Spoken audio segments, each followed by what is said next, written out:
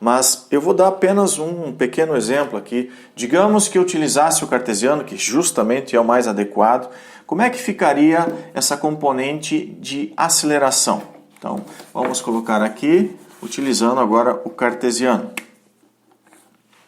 Então, para sistema cartesiano, vamos colocar aqui o nosso famoso IJK.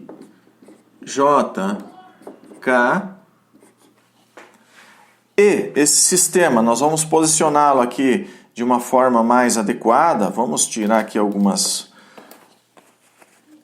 palavras, né? Vamos posicioná-lo aqui na base.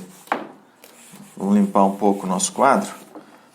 Vamos posicioná-lo aqui na base. Então, o nosso I para lá, o nosso J para cá e o nosso K aqui saindo do quadro, né? Nós não precisamos representá-lo, vamos apenas colocar aí. Esse é o nosso sistema cartesiano. Alinhei o eixo I com o plano. Por quê? Porque o meu movimento é na direção do plano. Então, se eu alinhar o I, por exemplo, na horizontal, eu vou criar um monte de variáveis sem necessidade. O movimento é na direção. Então, se eu colocar tudo em I, eu só vou ter uma componente de aceleração em I, porque em J a aceleração é nula e em K a aceleração é nula. Então, isso aqui é proposital, mas nós vamos tratar desses assuntos em outras aulas. Mas enfim, vamos lá. Então, em I, pois em J e K não há movimento. Então, esquece J, esquece K, não tem movimento do objeto, para que eu vou analisar? Vai ficar 0 igual a 0, aceleração igual a 0. E vamos partir para I, então. Em I nós vamos ter ali, ó, aceleração, toda essa equação em I. Então, aceleração, vamos chamar só de A, poderia ser AX. Vamos deixar AX, então. É igual a peso P na direção de X, mais a normal na direção de X, mais a força de atrito do plano inclinado na direção de X sobre a massa M. Bom, estamos quase finalizando, só resta ainda calcular esses elementos. Vamos lá então. Percebam que a normal na direção X não existe. A normal ela só tem componente na direção de J. Na direção de I ela não tem componente. Então esse termo aqui é 0.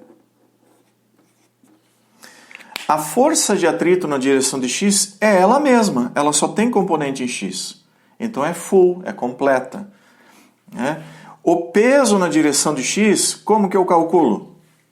Decompõe o teu peso na direção de X. Aqui está, você vai pegar então e vai traçar uma perpendicular ao teu eixo X até a ponta do vetor. E você vai determinar, então, que esse pequeno vetor aqui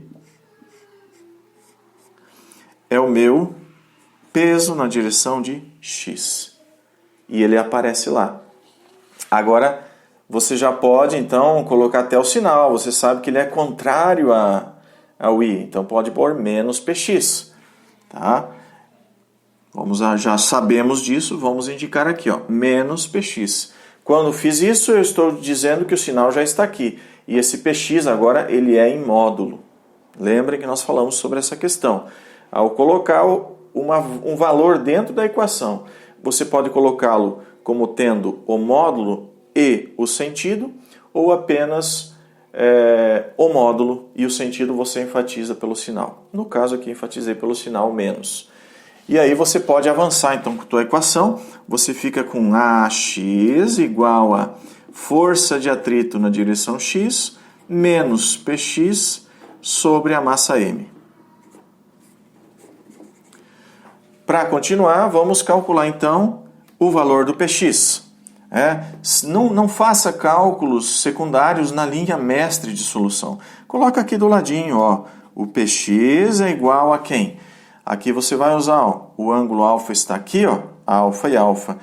Esse Px é oposto ao alfa, então envolve a relação do seno. Então Px é igual a peso P, o módulo do peso P, vezes o seno de alfa. E você já tem o valor aqui, de acordo com o peso P. A força de atrito, também não vamos fazer lá o cálculo principal, vamos fazer aqui do ladinho. A força de atrito que acontece é quem?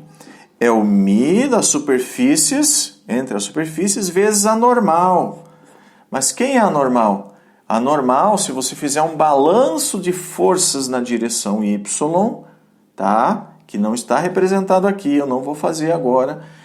Se fizer um balanço de força na direção de y, na direção de j, você vai verificar que a normal é exatamente igual à nossa py, só que com sentido contrário. Tem mesma direção e sentido contrário. Então, a normal, eu posso colocar aqui como sendo μ vezes a py. E se o px é p seno alfa, então a py é p cosseno alfa. E agora eu posso levar esse valor completo lá dentro da força de atrito. E já sabe-se que ela é positiva, ela está apontando para cima. Então, nós podemos colocar aqui já que a x é igual a força de atrito em x, que é o próprio força de atrito, é μp cosseno alfa. Então, μ peso cosseno alfa, menos peso na x, p seno alfa, sobre a massa m. Ok? Podemos melhorar essa equação. Percebam que o peso é dado por mg. Então, vamos melhorar. Vamos colocar aqui, ó, ax é igual a μ vezes mg cosseno de alfa menos mg seno de alfa. Tudo isso aí dividido por m. Nessa substituição, você percebe que o m é comum em todos os termos e você pode, então, simplificar a massa m. Também o g, ele aparece nos dois termos, você pode colocá-lo em evidência e você finaliza com aceleração em x igual o g vezes μ cosseno alfa menos seno alfa. Sendo essa a aceleração procurada na sua componente x. E veja que esse g ele é um valor em módulo, não vou colocar menos 981 aqui, tá?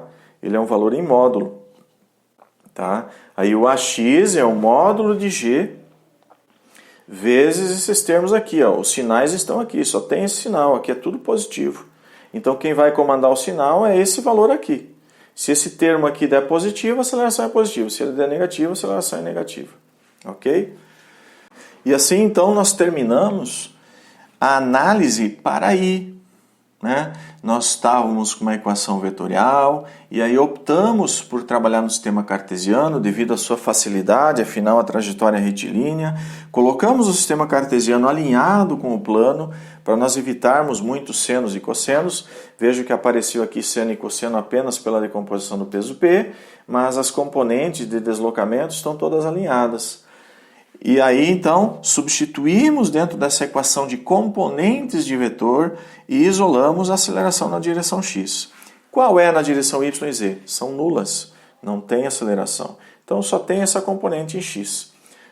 Vamos prosseguir aqui. Se você desejar expressar, então, a aceleração de forma vetorial, você pode escrevê-la assim. Aceleração na forma vetorial, então, em x é ax, em y é 0 e em z é 0. Está aí a expressão vetorial, sendo que ax é esse termo aqui. Sobre o g ser em módulo, aonde foi dito isso? Foi dito isso aqui. Nós usamos o peso vezes o seno de alfa. E o px aqui, quando nós colocamos dentro da equação, nós colocamos o sinal lá, ó, menos px. Então já está definido o sinal. Então, aqui dentro, você não tem mais sinal. É tudo módulo. E aí, quando eu coloquei lá o peso, ó, é em módulo. Aqui também vai ser em módulo. Ok? Então, existe uma consistência, né? Aquilo que eu comentei já. Escolheu o sinal, colocou o sinal, o restante é em módulo. Então, esse aqui é a aceleração vetorial para o plano inclinado, envolvendo aí atrito com o plano inclinado, envolvendo a Terra e outros elementos.